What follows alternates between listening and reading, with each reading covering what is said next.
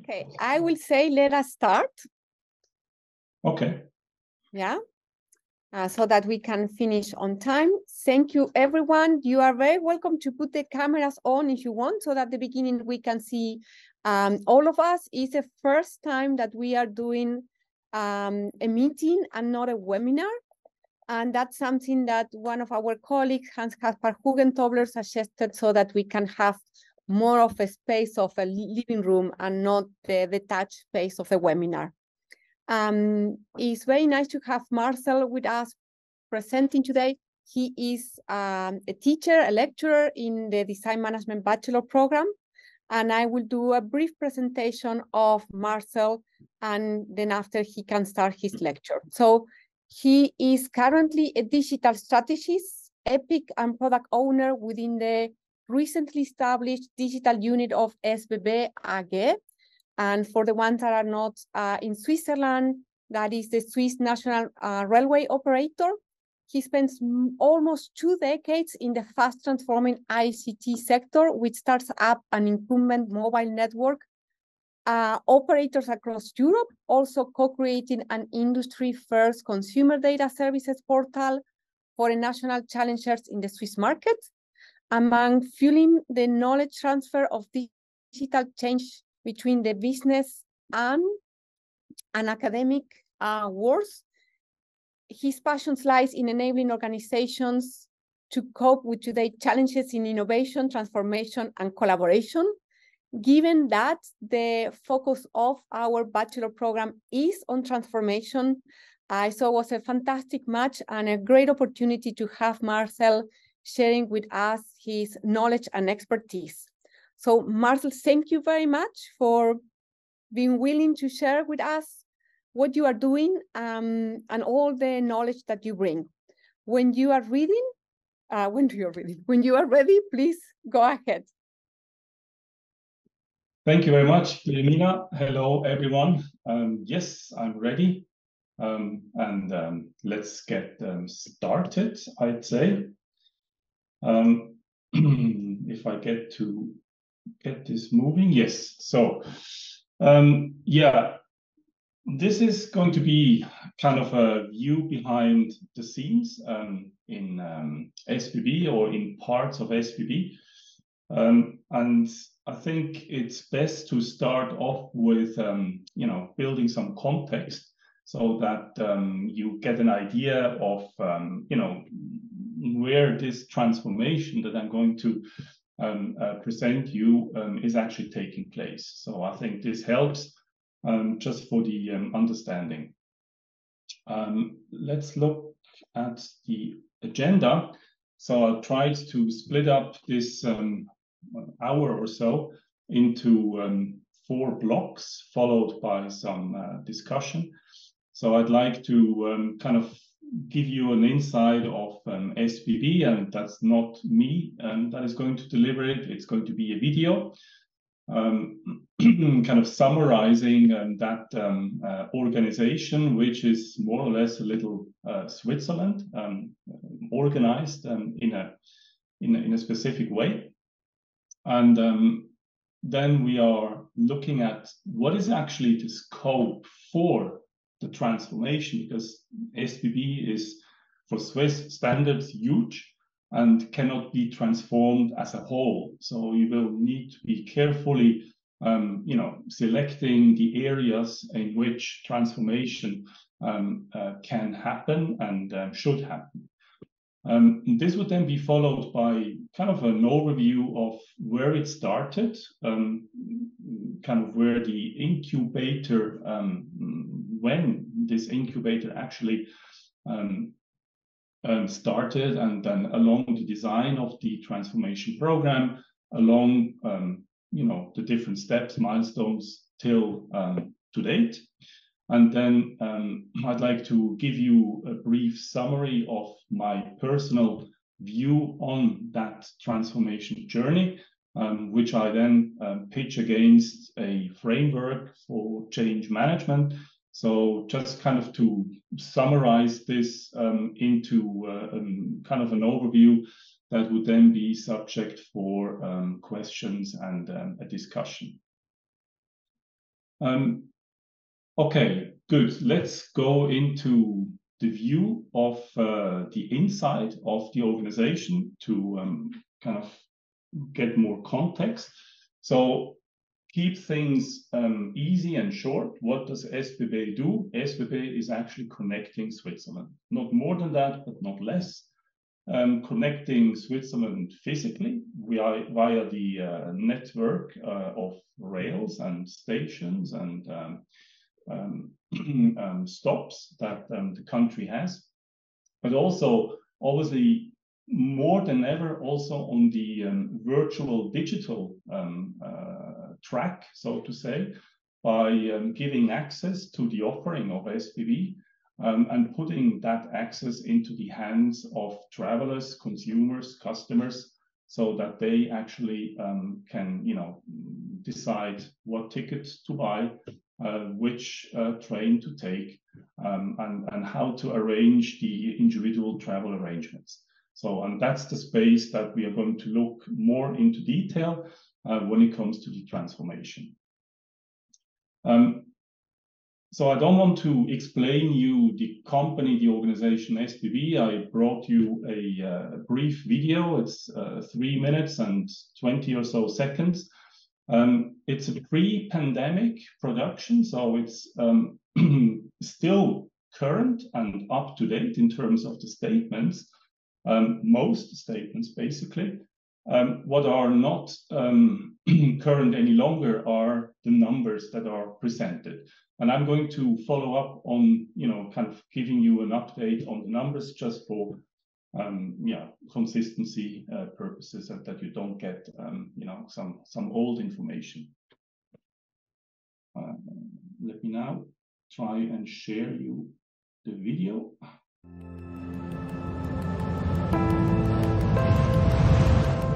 More than 100 years ago, the pioneers of SBB revolutionized mobility for all of Switzerland, one step at a time. Since then, it's been full steam ahead as we've developed and electrified public transport. We simplified timetables in 1982. We became a public limited company in 1999 and reached a historic milestone with the Rail 2000 project.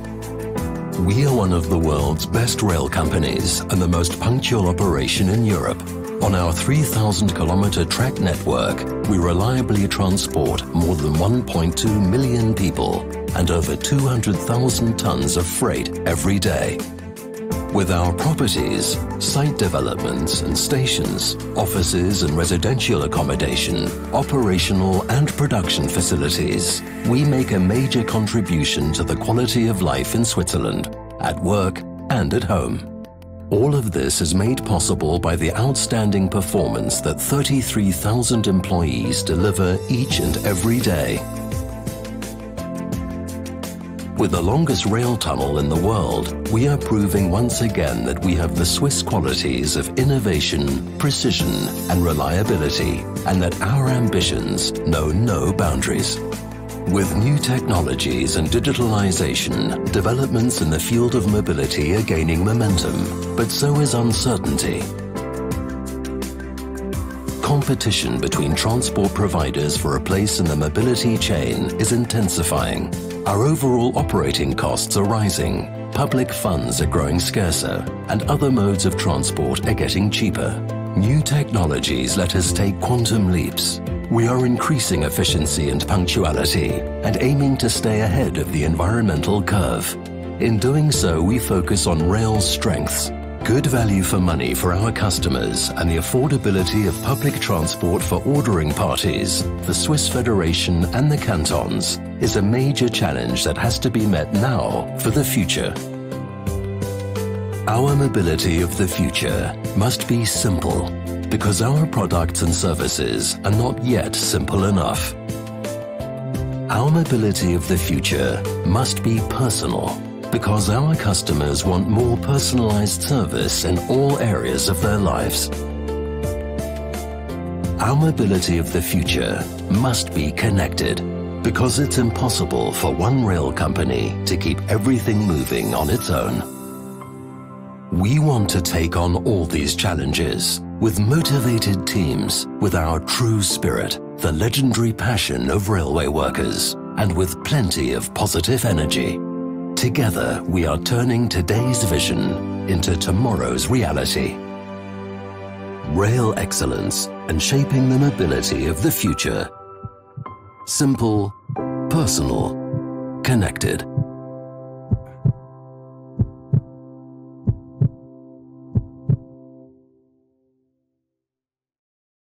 So, I hope this worked and you got to enjoy the sunset, which more or less coincides with the sunset outside right now.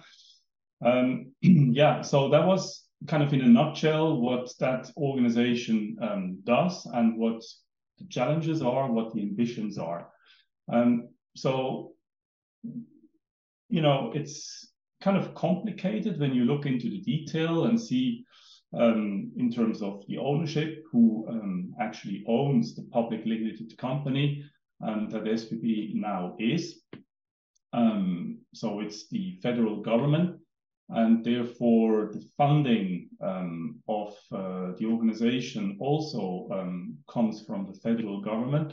So it's by definition political and cannot entirely be influenced through the management. So when it comes to priorities, when it comes to you know, the decisions to be taken, then it's not that you are self-sufficient as a company in the market, but you do have to consider you know, diverging views and still kind of try to increase, you know, the reach towards the customers beyond the actual physical network. So this is like the scene that we are moving in and that we are kind of trying to master. And just by looking at the numbers with the update here, so in general, I think the organization does a pretty good job when it comes to the efficiency numbers, like the punctuality or the actual throughput through the system every day. So we are more or less well positioned on that side.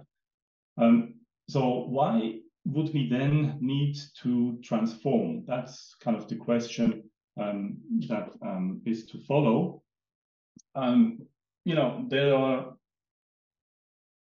based off the history of, you know, the decades of the organization, I think the workforce is very professional and has a lot of expertise in operating the network, but maybe not so much in connecting, as we have seen in the video, connecting with other parties, be it customers, travelers, be it partners, be it new providers of mobility services in the market.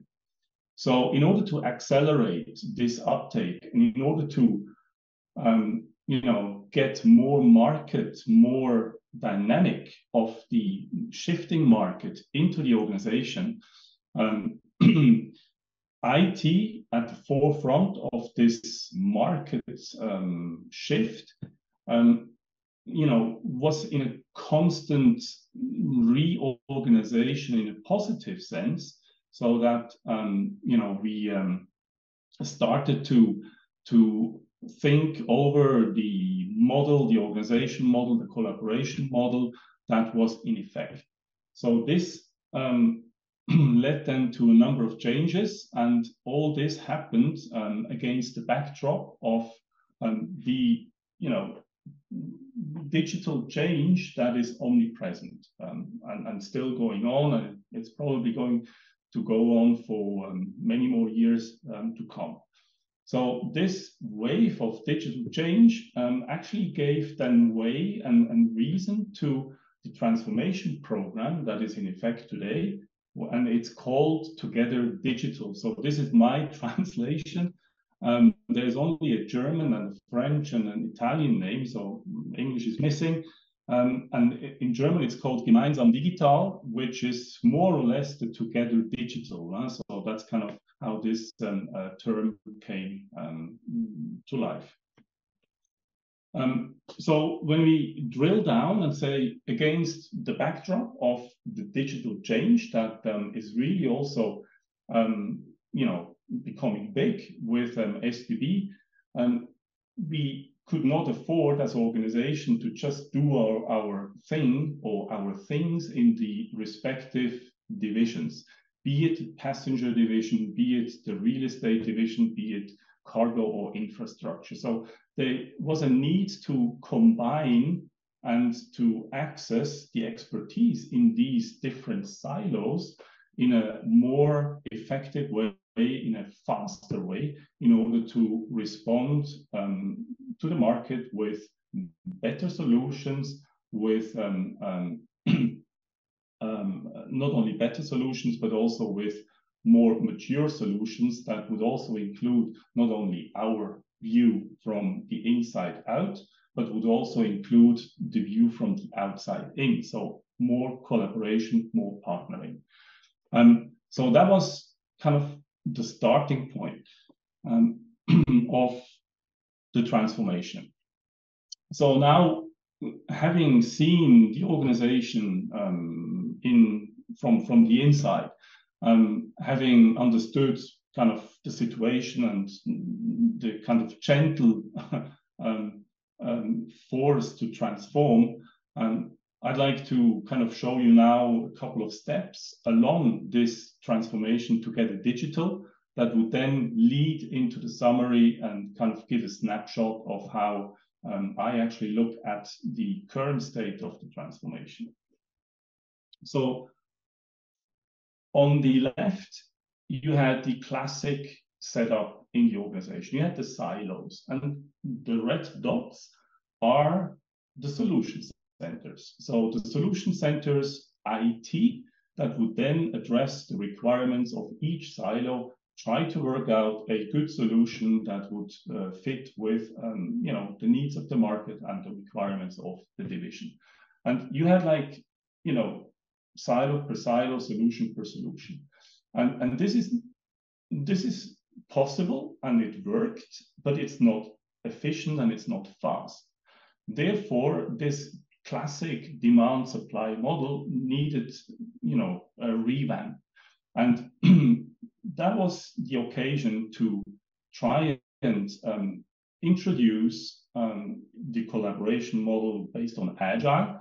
And some of you may have heard, may already know a little more in detail what this means, but that's not subject here when it comes to the transformation. So that's the methodology, that's the framework that is in the background and kind of pushing nicely towards realizing the transformation.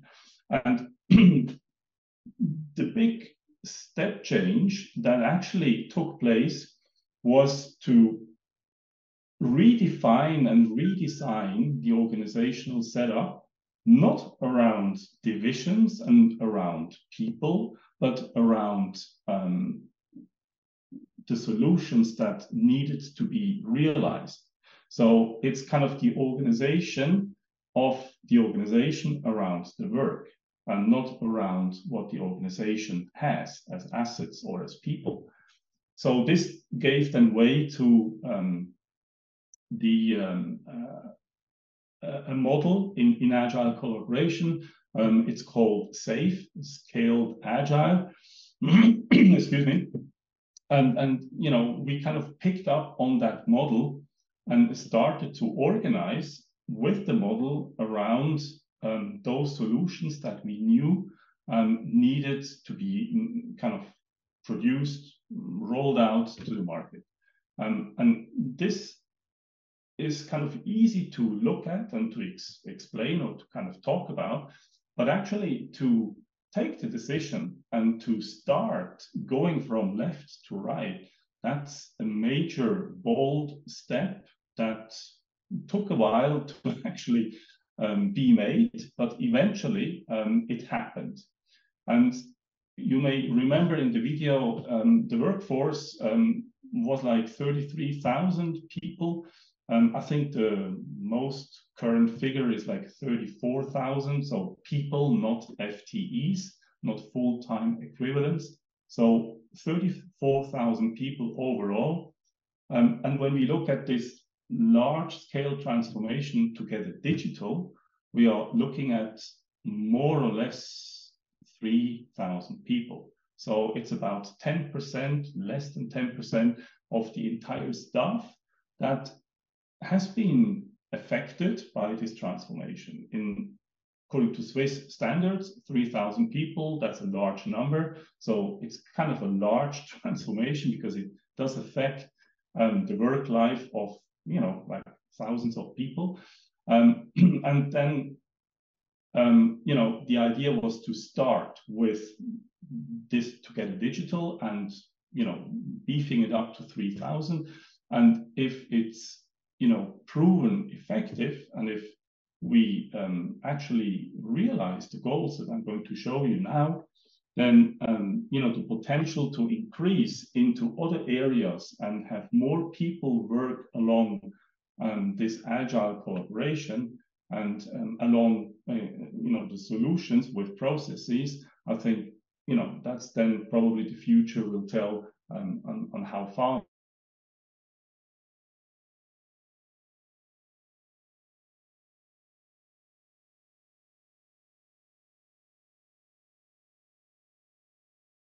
Marcel, you are muted.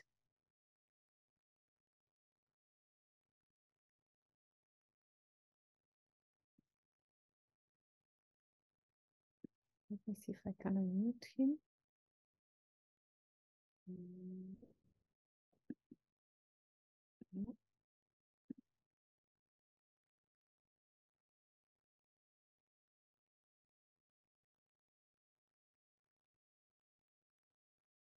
We cannot hear you. We see what happened.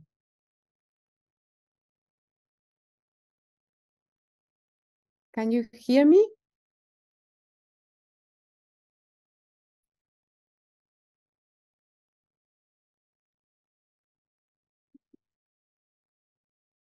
Marcel, can you hear me? We cannot hear you. He cannot see us either because of now he's on. Better now? Yes. Okay, sorry about that. What did you miss? No problem. We miss, I think, from the 3,000 people, more or less. Okay, so I rewind now the tape.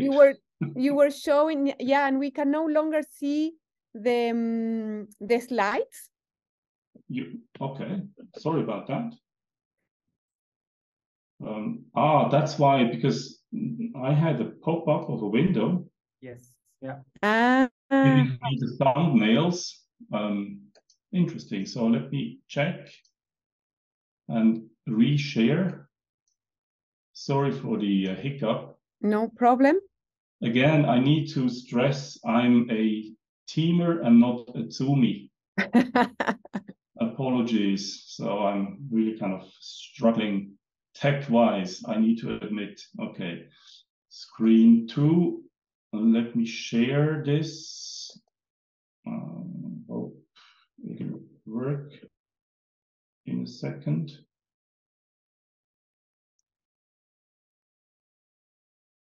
Yeah, there you go. Okay, you see the slides? Yes, you were in these slides. Okay. Super. Good.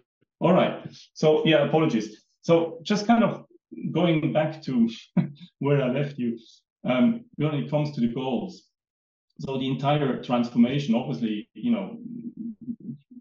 pursues goals that should be realized, and it's basically the 3 that we are looking at. So overall, the new digital units in the Together Digital, we should actually do it simply, and we should simply do it. So that's kind of one goal. Make it more simple, and by doing so, we make it more effective.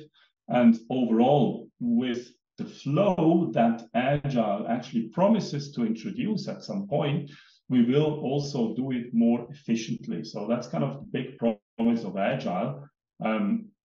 Not sure whether we are still there, whether we're already there yet, but it's kind of, we'll see it in the timeline, a kind of a pandemic baby, so to say.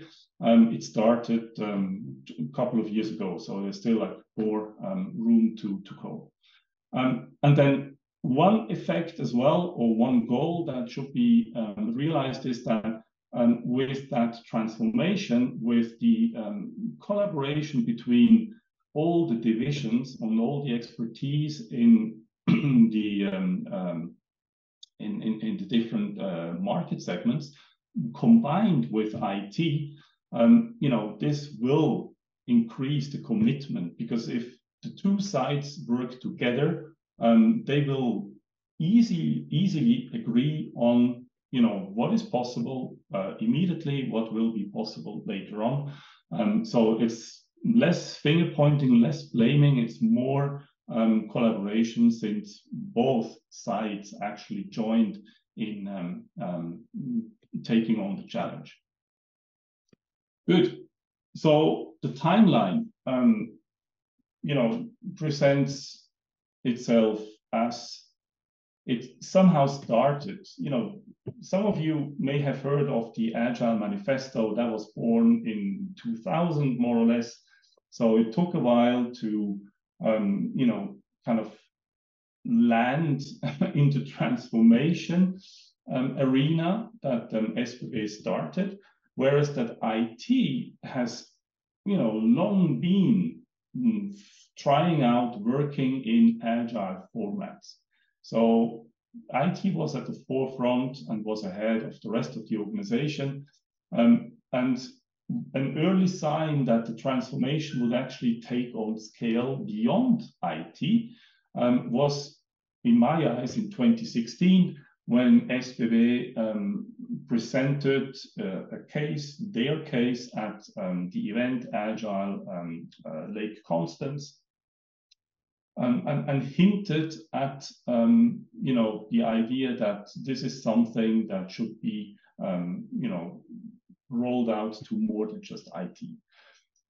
In between 16 and 20, so during the pandemic, a lot of people were busy with, you know, getting down to grips when it comes to, okay, how do we define the transformation? What are the goals? What are the teams that should be combined? What are the roles that are needed? What is the connection between the new digital unit and the rest of the organization? So between the 3,000 people and the other 31,000 or so. I mean, kind of all key questions that needed a lot of discussions and yeah, kind of heated discussions at times. But then in 2020, just before the pandemic hit, before the lockdown really hit us in when was it, in March or April, I remember that I was part of this one pilot, cyber security, that was organized according to the principles of the agile model SAFE, and kind of was the minimum viable product, so to say. So the MVP that, you know, was like testing the water temperature, you know, with like 100 or so people going to the start line. The others were watching and see, okay, how do they behave? Do they, you know, eat each other up? Or are they kind of arranging themselves in a workable mode so that, you know, combining the business with the IT side would actually show some progress and produce results? So the pilots, you know, worked well despite, or maybe even because of the pandemic. It was a bit a challenge because of, you know, the lack of physical presence, and to work together with people you don't know over, you know, online remote is not the easiest, but it worked, and it worked quite well. So then these pilots resulted in the decision to launch the transformation into the digital unit, composed of like these 3,000 people with their work processes that were identified during the whole design phase of the transformation. And that was the official starting point of today's Together Digital, 1st of February 21. So 22, increasing maturity. At the end of the year, at the end of last year, the program, the transformation program, was ended because it really fulfilled its goal. It kind of rolled out the transformation into the organization. So that was like the formal act of saying, okay, we've done it. It's there. It lives. It breathes. And then the kind of measures and the coaching and all the training that I'm going to show in a minute was actually handed over into the organization, into the digital unit. So everyone could actually take a part, become a part of it, and kind of lift the spirit and pass on the spirit as well.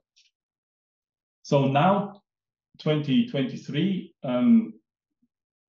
the maturity further increased.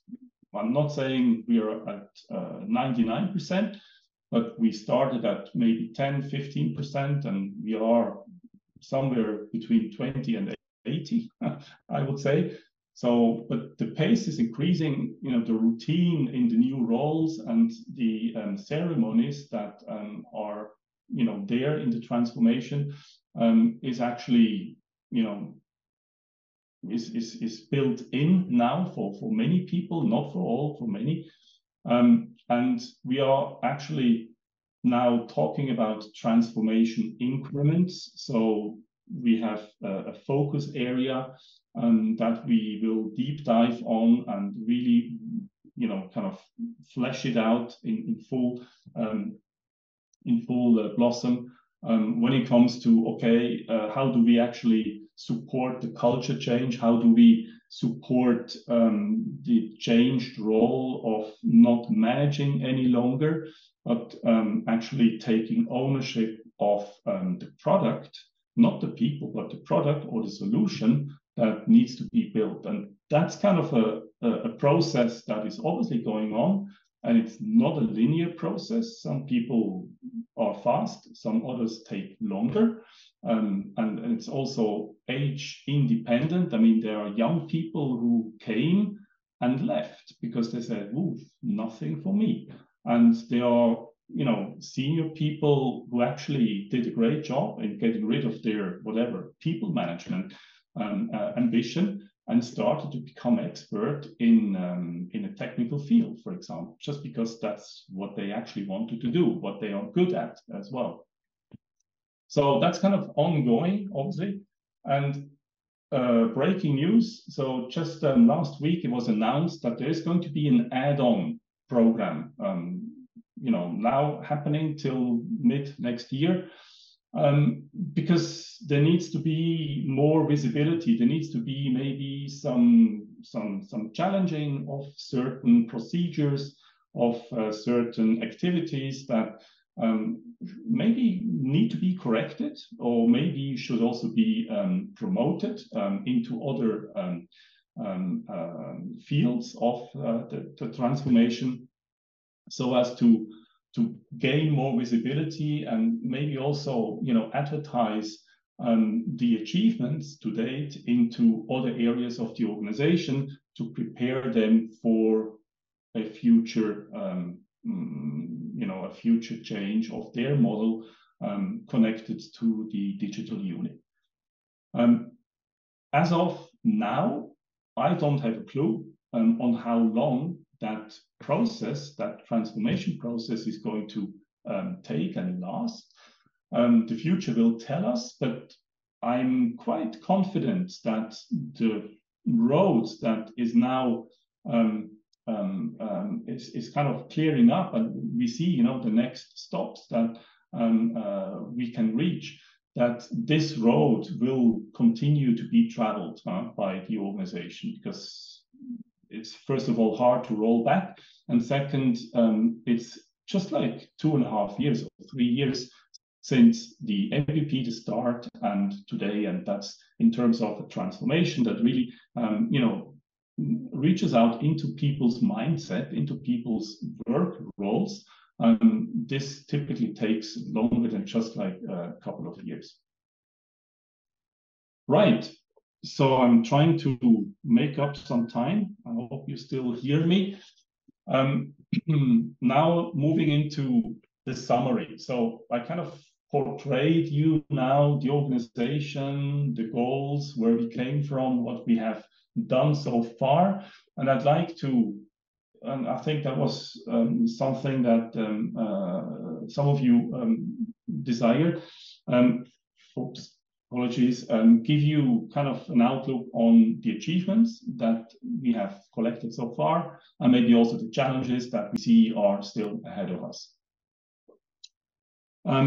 So that's a busy slide, and you know, up front, it's kind of my personal view and it's my evaluation of the transformation along the typical change management. And I use the framework that I've referenced on the slide. So some of you may know that and could relate to it, but typically a change, transformation is a change, it's a major change. It kind of goes along certain phases. And, you know, first, you want to create awareness of what's going to come, what's going to happen, what's supposed to be in the future. Then you will want to generate the buy-in of people. So you kind of, you know, want to trigger the desire of the people. You need to enable people that they know, you know, okay, how do I work in the new environment? What is my new role? So that's a lot of knowledge that is needed and wanted. And then you need to enable people to actually to do it. And that's the ability. And last but not least, the reinforcement, every whatever ceremonies, time again, that you brush up skills, knowledge, that you again communicate what has been achieved, what are the goals, what is the challenge in the future. So that's kind of the ongoing process. And the only shortcoming of this framework is maybe that it's kind of a sequence. Ideally, it would be a circle because it's an iteration and it would actually repeat itself over the time. So that's kind of how to read this summary. And then I kind of added with the bullets, you know, some observations that I made, and in, you know, just give you examples of what this actually means to you know, roll out this transformation and what it means with SBB. So we have a lot of communication. There's regular communication on a number of things, on mistakes that have happened, of behaviors that are sought and maybe also sought to be discontinued. And there's like newsletters you can subscribe to. There are SharePoint sites in the Microsoft world, so online information sites that you can consult, which is like, you need to be proactive. You need to actually go and pull up the information there. It's not going to be delivered to you. On the other hand, the interaction is also very well managed. We have roadshows of our CIO and of other team members. We have, in the knowledge space, we have the acronym ACT. This is an agile coaching team.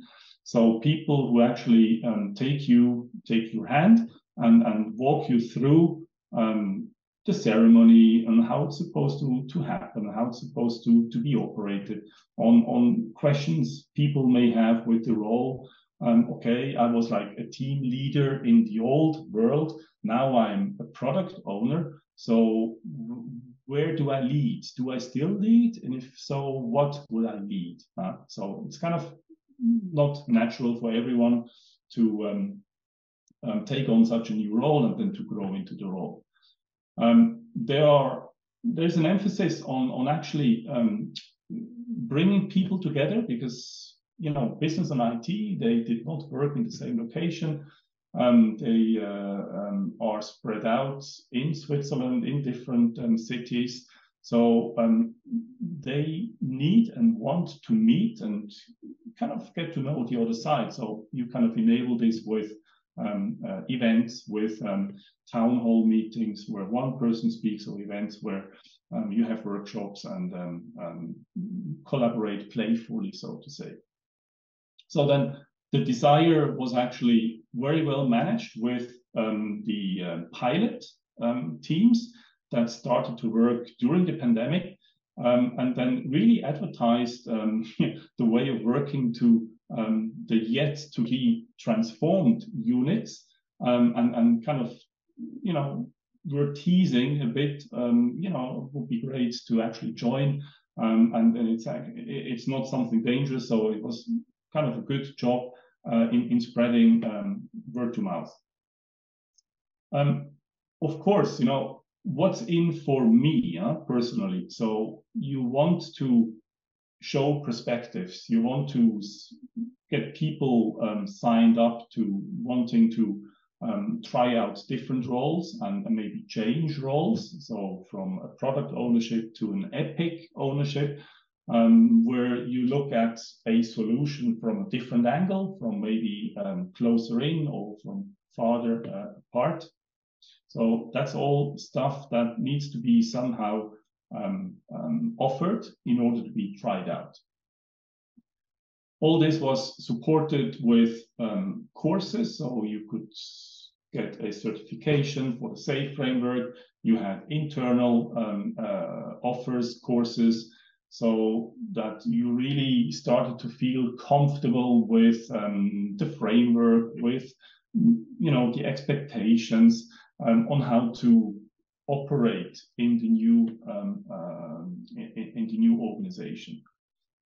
We have a community of practice that meets regularly and you know, includes different people whenever you have a slot available and a need to cover, then you have an open door with the community of practice that is accessible in different locations all over Switzerland.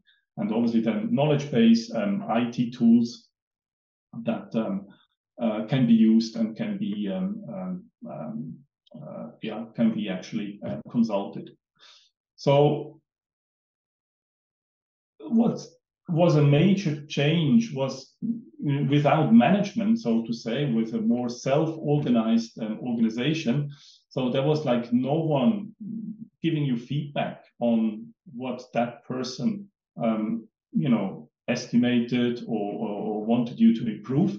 So this was like spread across different shoulders. And this also called for a different way of giving feedback. And that's still work in progress. We have ceremonies, agile ceremonies that do a good job in kind of regularly exchanging and also offer, you know, open feedback. But then there seems to be a disconnect between the inside of the organization that has been transformed with the rest. And HR, for example, is not yet transformed, is not yet in that new work mode. So we are fiddling with how to really get going this shared leadership between the HR, managing resources, managing the headcount, taking care that you get paid at the end of the month, and then the actual work performance that you deliver every day, that is being assessed from within that transformed organization Together Digital. So that's like something that will still need to be addressed and worked out going further. And reinforcement, we have a coaching and an academy organization that is coming up with new formats of addressing specific needs for specific roles. So again, maybe an e-learning or a physical training in one of the locations. And again, the CIO gives a lot of attention to this transformation because he's delivering continuously updates on how the organization in general looks at the digital unit, what caveats are, what awards are, or kind of recognition that are also being shared on that. And so it's kind of a very lively exchange, so to say. So that's kind of my summary from a personal view. So I'm not representing any official SBB summary here in this context, but what I share here, that's really what I support fully. I'm not kind of overselling things. I mean, there are pitfalls that are still, you know, kind of, yeah, using a lot of time. But overall, I would really say that this is like a success so far. And we will see in the future how the rest of the organization is assessing this, whether the connector between the digital unit and the remaining hierarchies in the passengers, in the cargoes, in the infrastructure divisions actually get along, and are whether they are able to meet their yearly goals as well. So yeah, I tried to make up a little time for questions. Wanted to kind of show you what I've just summarized verbally. So the success is that it is there, transformation is alive, and it's moving on. Maturity increases over time, slowly, steadily. And we are getting into the third year of the general rollout, which in itself, I would actually say it is an achievement. So it's still there. No one really got nervous and stepped on the brake. We are continuing the journey. We are traveling along the road. That's kind of, you know, giving hope. Yeah, and the challenges, I think I've covered, you know, the corporate interoperability between HR and the digital unit, or also when it comes to decisions to take about priorities, about a shift of you know, the solutions that have been put into the backlog or into the organization, into the work organization. So that's not there yet. So this is, you know, leading to discussions and disappointments as well. So the governance part probably will need some rounding up.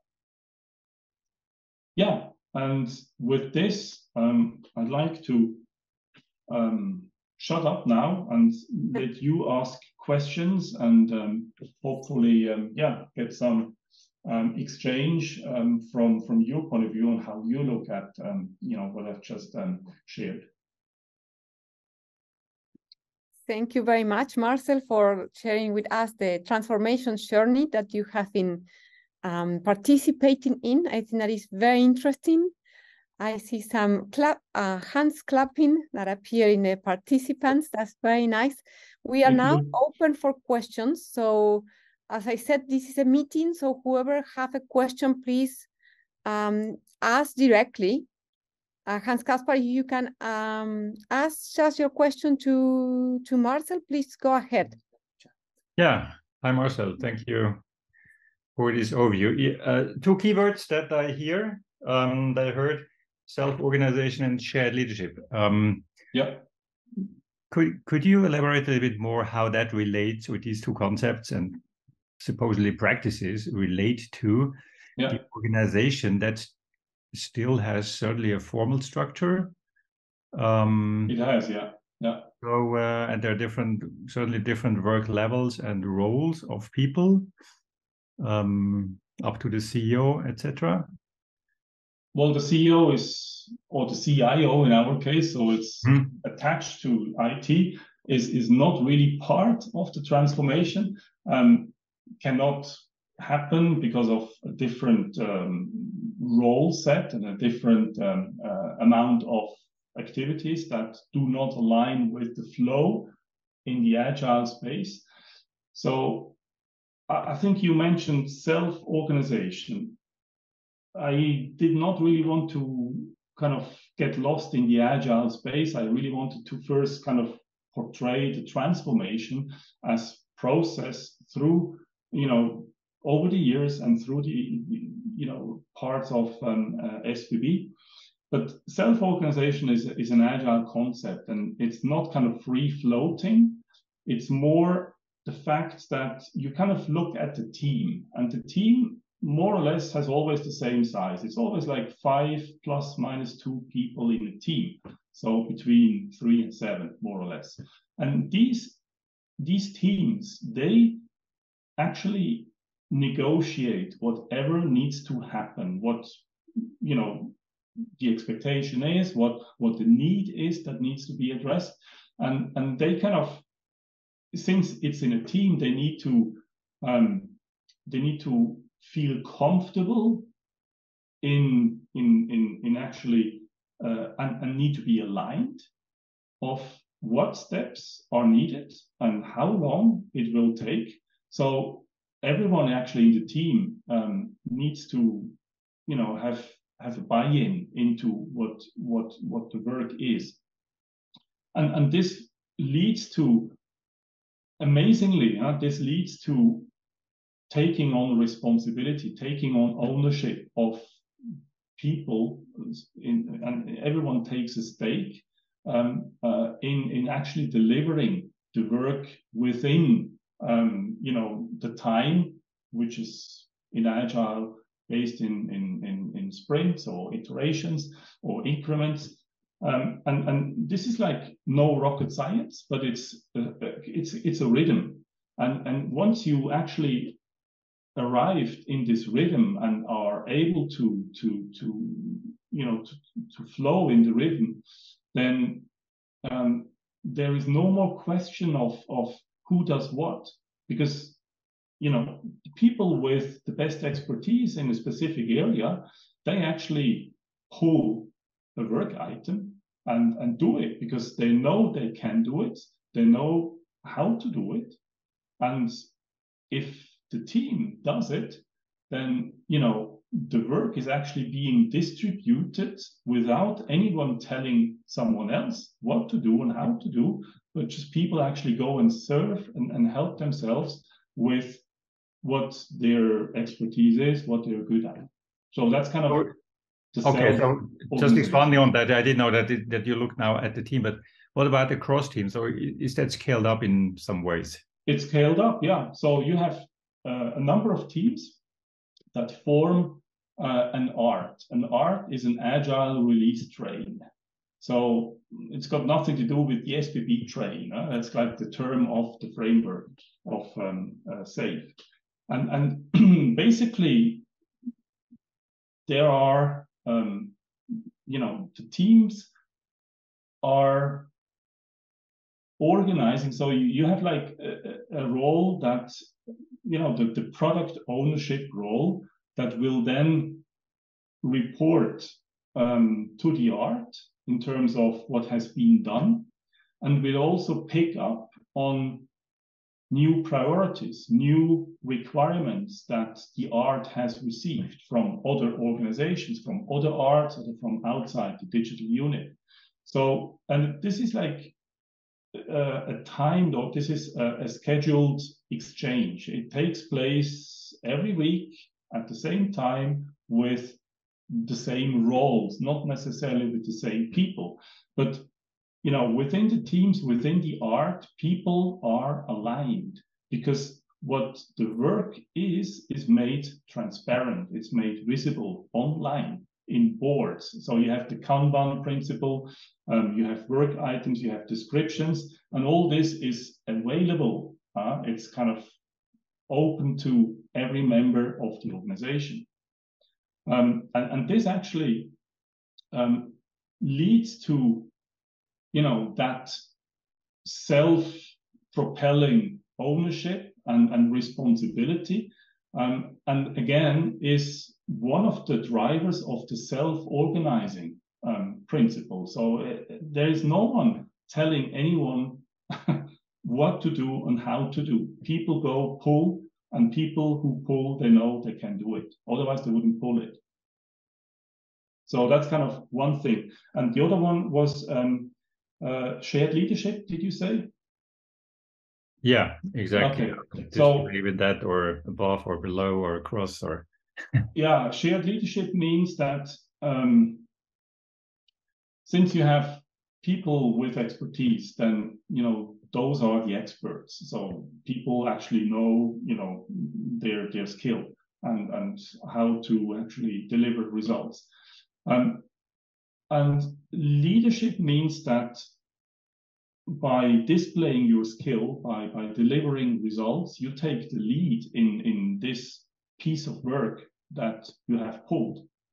And then you've got formal leadership, meaning that someone takes on the role of the product owner, meaning a product, not necessarily a physical product, but also a service can be a product, and takes the end-to-end view of that product, how it's supposed to be made, what features it's supposed to show and offer.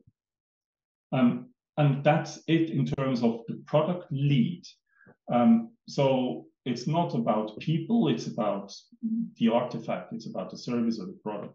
And then you've got people development, and there is a role, the Scrum Master typically, that takes on the lead in coaching people, developing people's skill, making them more or less polyvalent so that you can broaden your expertise in other areas. And you just have then the lead outside of this transformation organization of the digital unit, which is HR, but they don't lead, they just administer. They care for the location is heated, they care for the salary is paid. So they take note of whatever certification of training that you do. So they kind of administer your curriculum as an employee in the organization. And the shared leadership is if you combine these different leads, the product lead, the people development lead with HR administration, you have a shared leadership concept. Did I address your questions? Absolutely, thank you. Okay. Marcel, we are on time. Do you think we have time for 2 more questions? Shoot, sure. Okay, I do have a question. And do you see us, or maybe you want to stop sharing screen? Yeah, that's a good idea. So I don't know if you see us or not. I'm feeling a bit blind. Here you are. Thank you. Much better now. My question is, one frequent sentence that we hear in organizations is, I don't have time. Mm-hmm. So how did you manage to create the time, but also the emotional and cognitive space for people to engage in the transformation process? Time, time is very democratic. Everyone has 24 hours again every day. So the question is how to use that time for the different jobs that you want to do, need to do. And again, going back, it's the principle of pulling. So it's self-organizing. And in the professional context, you do some planning. You don't have a plan, but you do some planning. So the planning is the alignment within the team. And part of this planning is also getting an idea or getting a view on capacity. So everyone actually tells the team that for the upcoming sprint or iteration, I am on holidays for 1 or 2 days or for a full week, so I don't have the capacity other than a couple of days. And then you convert the days into story points. So story points is like the agile artifact, and you collect the story points from all team members, and you see what the team capacity is for the upcoming 2 weeks as an sprint, as an iteration. So it's a self-declaration, and of course, it's not set in stone. So it could be that you kind of slip over a banana shell and break your leg, and you don't have capacity anymore. So it's all based on estimates, but the estimates are, when you have the upcoming 2-week window, are quite solid. And, there's the exceptions. You have to deal with the exceptions. You need to reprioritize certain actions, certain items, in case something unexpected does happen. Otherwise, you have a very solid estimation of availability, of capacity, and this actually works pretty well. It was a bit bumpy in the beginning, but over time, this really kind of solidifies into a stable planning cycle, so to say. And I don't know whether this answered your question. Yes. With yes. Yeah. Okay. You answer my question. Yes. Do we have more questions? I may have one question. Yes, go ahead, Everbright. Right. So right from the first video, I heard mostly there were external pressures that was asking for change. I heard increasing competition. Yes. Alternative products. There was a decrease in funds or government funding. Yes. Third, also rise in costs, cost of goods, service provided. So, but I did not hear anything from the internal, no complaints coming about the internal. And this is a huge internal change. So what drove this decision? Was it a foresight, or, you're responding quite early, or you're responding, or you're reacting? Thank you for this nice question. I think because I don't know, and I did join in 17, so just in the right time to actually realize what was going on, but not necessarily preparing the decisions for the transformation. But I believe, and I think that it is a combination of both. I mean, obviously you have this quest for more lean approach, get more efficiency out of whatever you do. But also at the same time, I mean, I know the people, I know the former CIO quite well. I worked closely with him. I know the current CIO who actually hired me. And I do trust these people, and they have a clear vision. So I think that, the foresight from the IT world, with the dynamic in rolling out new technology, in digitizing the organization, so that this definitely also led to the decision to actually start and scale the transformation. I think for IT was more or less in a constant, not organizational change mode, but picked up new ideas on how to work together more easily than other divisions. So it was kind of a natural exposure to this dynamic, together with foresight and the pressure to actually watch, where the money is being spent on, that then drove these people to taking the bold decision to transform. And it was backed by the former CEO, Andreas Meyer, who was a bit a guy for bold moves, I can say. And he kind of dared to say, guys, if you think that's the right thing to do, if you believe it's the moment to do it, then let's go and do it. Let's try it out. So that's how it started. Yeah. So a combination of several influences. Because I was looking at how much change is enough. Right? Would change be sometimes harmful towards the organization if it's too quick?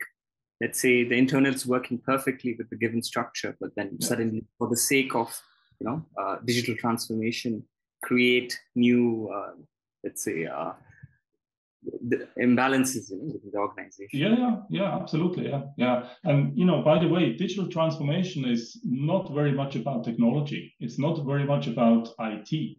It's very much about, or even almost all about people. It's really how to bring people aligned behind a common mission in a fast-moving, ever-changing environment. So that's the situation that you typically have in IT, because technology is really evolving fast. So you will need to upgrade, update,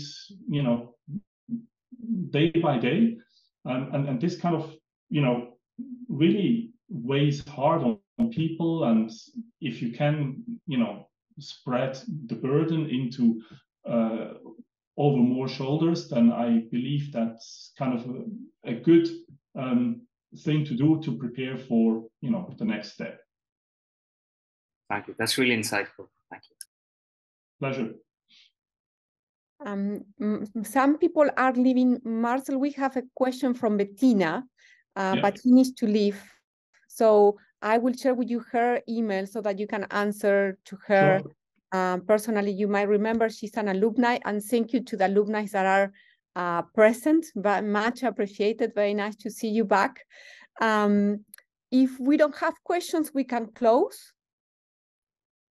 Sure. Thank you very much. Jorge here, there have a question.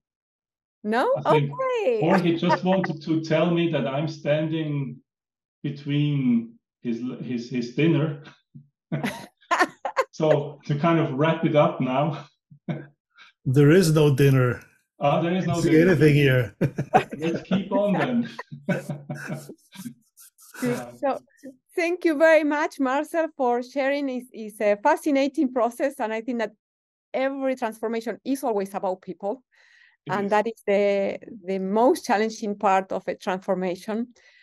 Thank you for sharing with us the insights of this project. I think that is fantastic, and thank you very much to all of you that joined today. Thank you very much for your interest, and it is, as Guillermina said, it's all about people. Absolutely. Thank you. Thank you. Have a good evening. See you. Bye-bye. Bye-bye.